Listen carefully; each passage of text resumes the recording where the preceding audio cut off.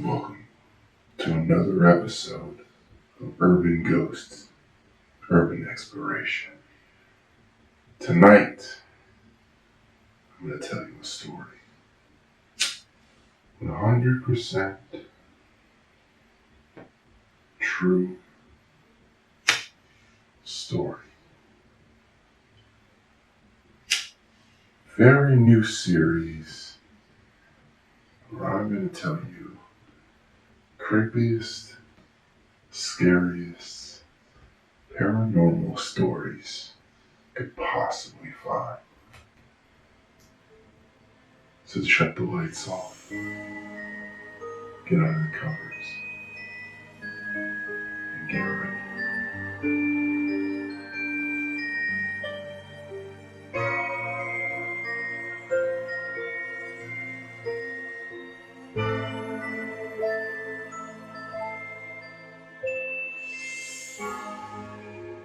This is a story that I've heard my whole entire life. It's a story that has never changed, not once. And this story blows me away every single time I hear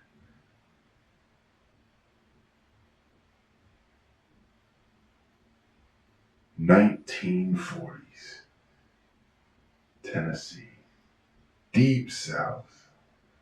The world is at war. World War II. Little girl, about the age of 6, goes to see her father, who at this time is working in Oak Ridge, Tennessee, on the Manhattan Project, working on the atomic bomb of the United States government. This is a crazy, crazy time. Insane time. This young girl doesn't get to see her father very often. And this story takes place one day. She goes to see her father with her mom, and they're leaving. And her and her sister come down with very, very strange illness. They get very sick. This little girl gets violently ill. She goes to the hospital. Turns out she has paratyphoid fever. See, the water was toxic, contaminated. She got very, very sick. Back then, they didn't really know too much about these things. Medical science was not very advanced. It's very difficult to treat. Unfortunately, she had to stay in the hospital. But her mother and father, unfortunately, they couldn't be there. They had to work.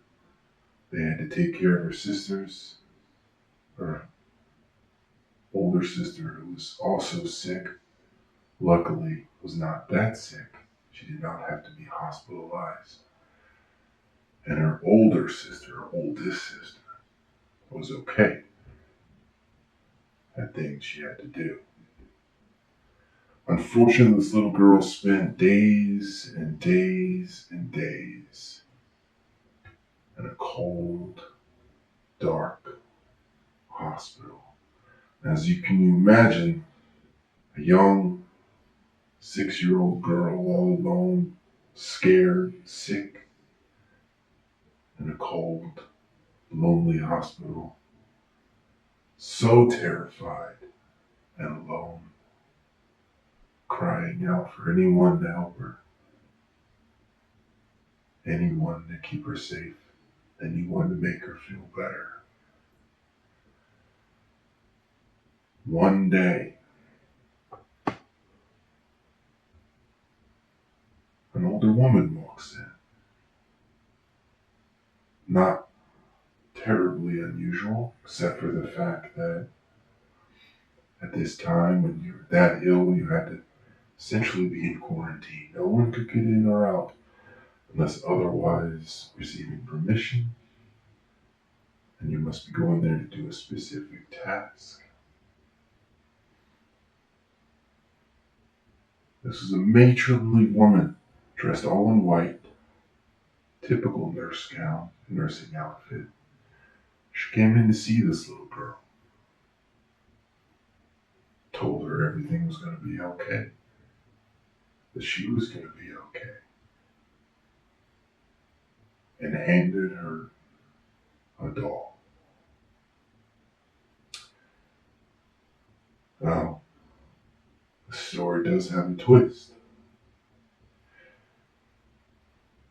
You see, the next day, this little girl's mother and father and sisters came to see her. This little girl felt better. She felt safer. She felt stronger. She was grasping on to this doll that was given to her. And they were very, very surprised. Her parents didn't know where it came from. They certainly didn't give it to her. And you know what? As they did back then, they wanted to thank this woman. They wanted to give her praise. They wanted to reward her for doing such a wonderful thing. So they went to the nurse's station just down the hall. And they started to ask them, who was this woman? They would like to see her. They would like to meet her. They would like to reward her and thank her for such a wonderful thing, such a blessed thing that they did for their daughter.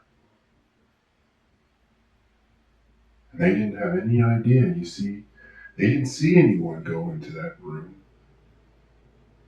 They didn't know of anyone that would go into that room. There was no one scheduled to be there. And as far as they knew, that door never opened. Well, of course, they were confused. And they kept pressing, because that seems odd. See, this little girl obviously had a doll. That was real. That was there. Someone definitely went in there. They just wanted to know who. So all the nurses, they got together, they went around, they asked around, and still, no one came forward. No one knew anything about it. And everyone said the same thing. No one went in there at all. No one should go in there. No one should have gone in there. No one went in there. Well, that certainly doesn't make any sense, because this little girl had a doll. Somebody gave it to her. Somebody told her she was going to be okay, that everything was going to be fine. And to this day, no one knows who that woman was. Was it a nurse who wanted to remain anonymous? I don't know. Was it a spirit, possibly? A ghost of a nurse still roaming the halls, taking care of young children? I don't know. Was it an angel? Some girl thinks so. Why? Why her? Because everything did end up okay. She was fine. She made it through. And unfortunately, she never got to know who that person was and where they came from. It's a very, very strange story. And I tell you, that story has been told to me since I was a kid. Has it never once changed? And it blows me away every time I hear it. That little girl who told that story, yeah, that was all 100% true. And you know how I know? That little girl was my grandmother. And her parents were my great-grandparents. And she's still here with me today, thank goodness. Because that means I'm here. So I don't know. What do you think? Was it some anonymous Samaritan that managed to sneak past the nursing station, sneak into a room in the hospital? Was it a ghost? Or was it an angel? I guess we'll never know. I guess we'll never know. I hope you enjoyed this very, very first of hopefully a long series of ghost stories. Certainly comment below, let me know. If you'd like me to tell your stories, you have any good ones, any creepy ones, any scary ones, whatever they might be, even if they're personal to you, and you'd like me to tell them, be sure to let me know. I'd be happy to do that for you. As always, of course, comment, like, subscribe. Until next time, stay strong, stay blessed. Of course, as always,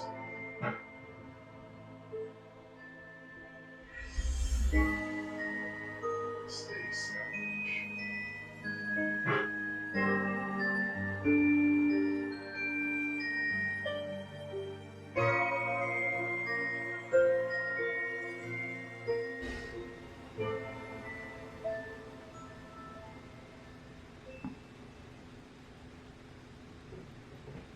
Ready? Okay.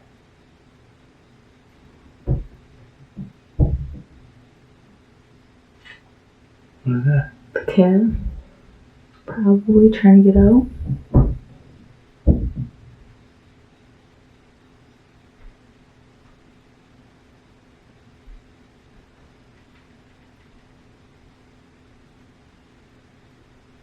I can't.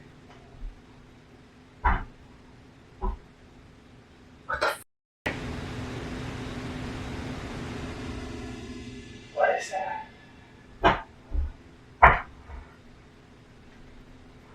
What the f?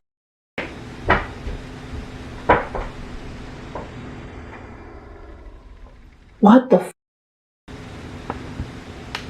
I have this on camera right now. I'm not even kidding.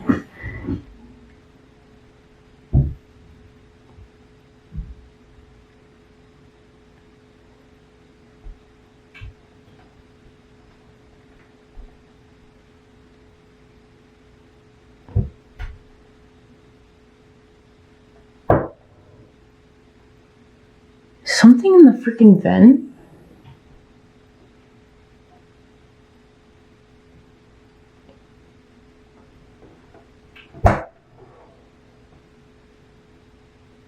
Turn the light on.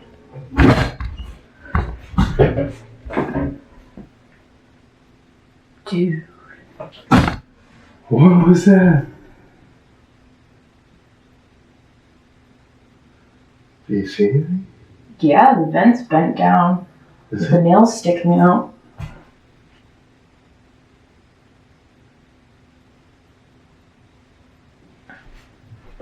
I'm so confused. I hate a light.